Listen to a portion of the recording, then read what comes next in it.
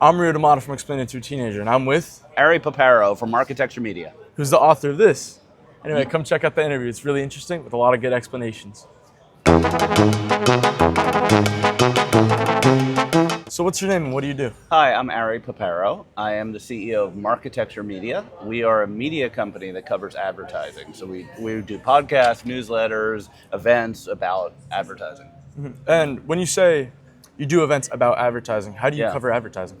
Yeah, so we're a little bit different. So there's obviously great journalism that covers advertising. Mm-hmm. We're more like Barstool for advertising.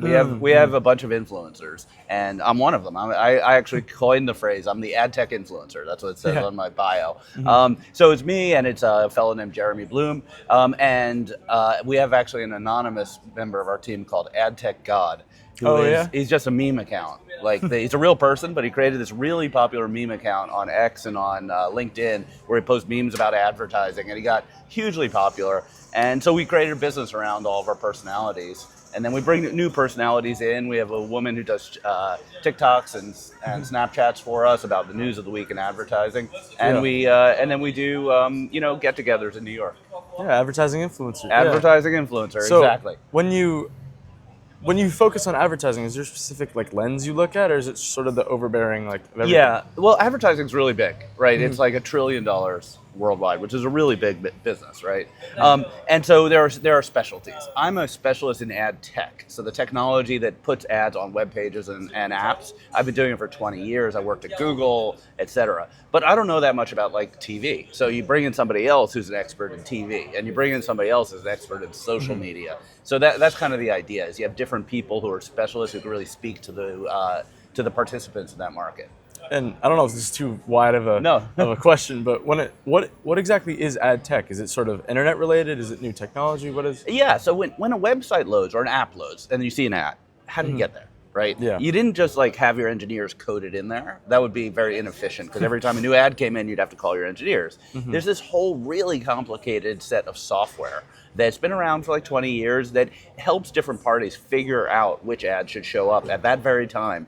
And it's mind-bogglingly complicated. Mm-hmm. There could be 20 companies involved in a single ad showing up on a single app.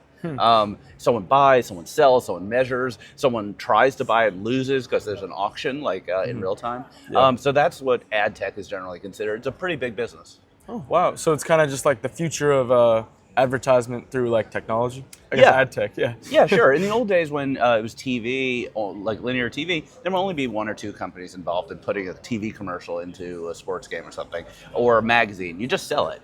In the digital world, where a single app or website is viewable around the world any time of day to any type of customer, it's so much more complicated already that you want to make the most money as possible every time you have an opportunity to sell an ad. And to do that, you need a lot of technology. And ad tech is the science behind that? Yeah, absolutely. Ad tech is a general term for all of this stuff, and it's really high tech. I had ran an ad tech company before doing this, and we would run about 2 or 3 million ads per second. Mm-hmm. That's really hard. Yeah. That's a higher volume than almost anyone on Wall Street. Goldman Sachs, etc. They're not doing 2 million trades a second. So my little company was doing more volume than they were. Wow. Yeah. And then you have this book here. Can you tell us about it? I have a book. I'm pitching my book. It's called Yield. It's in pre-order on Amazon. It'll be available August 5th. Mm-hmm.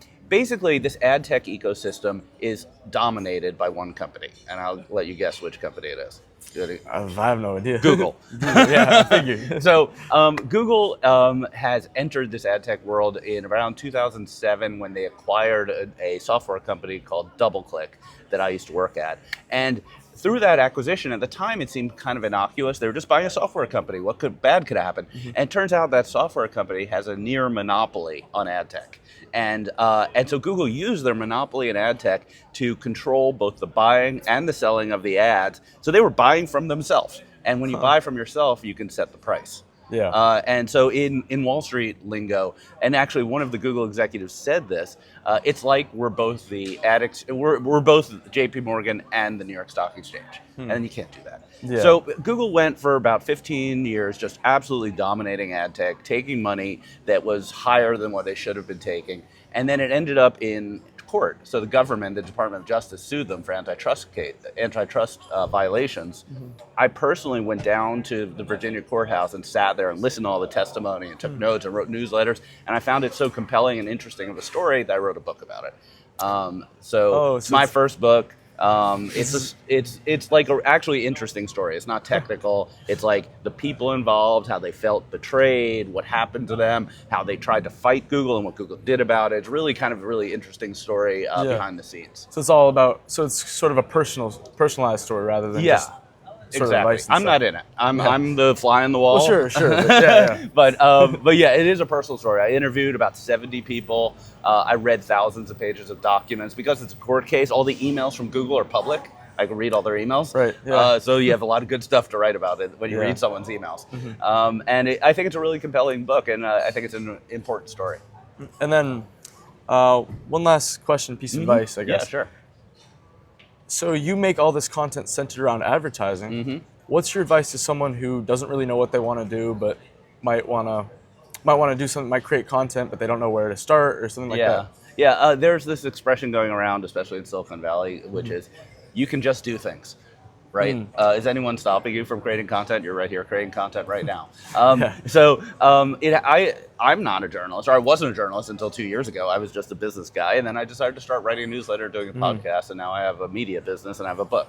I have a little more experience, but if you're interested in something, just start doing it. Just start doing it? I like that. I like that a lot. It doesn't cost a lot. Yeah. And then, can I also ask you, what made the switch from businessman to, you say, journalist? Yeah. Well, I sold my last company, and running a company is very hard. I had 100 employees, and it was intense. So I sold the company to Comcast, and that was great.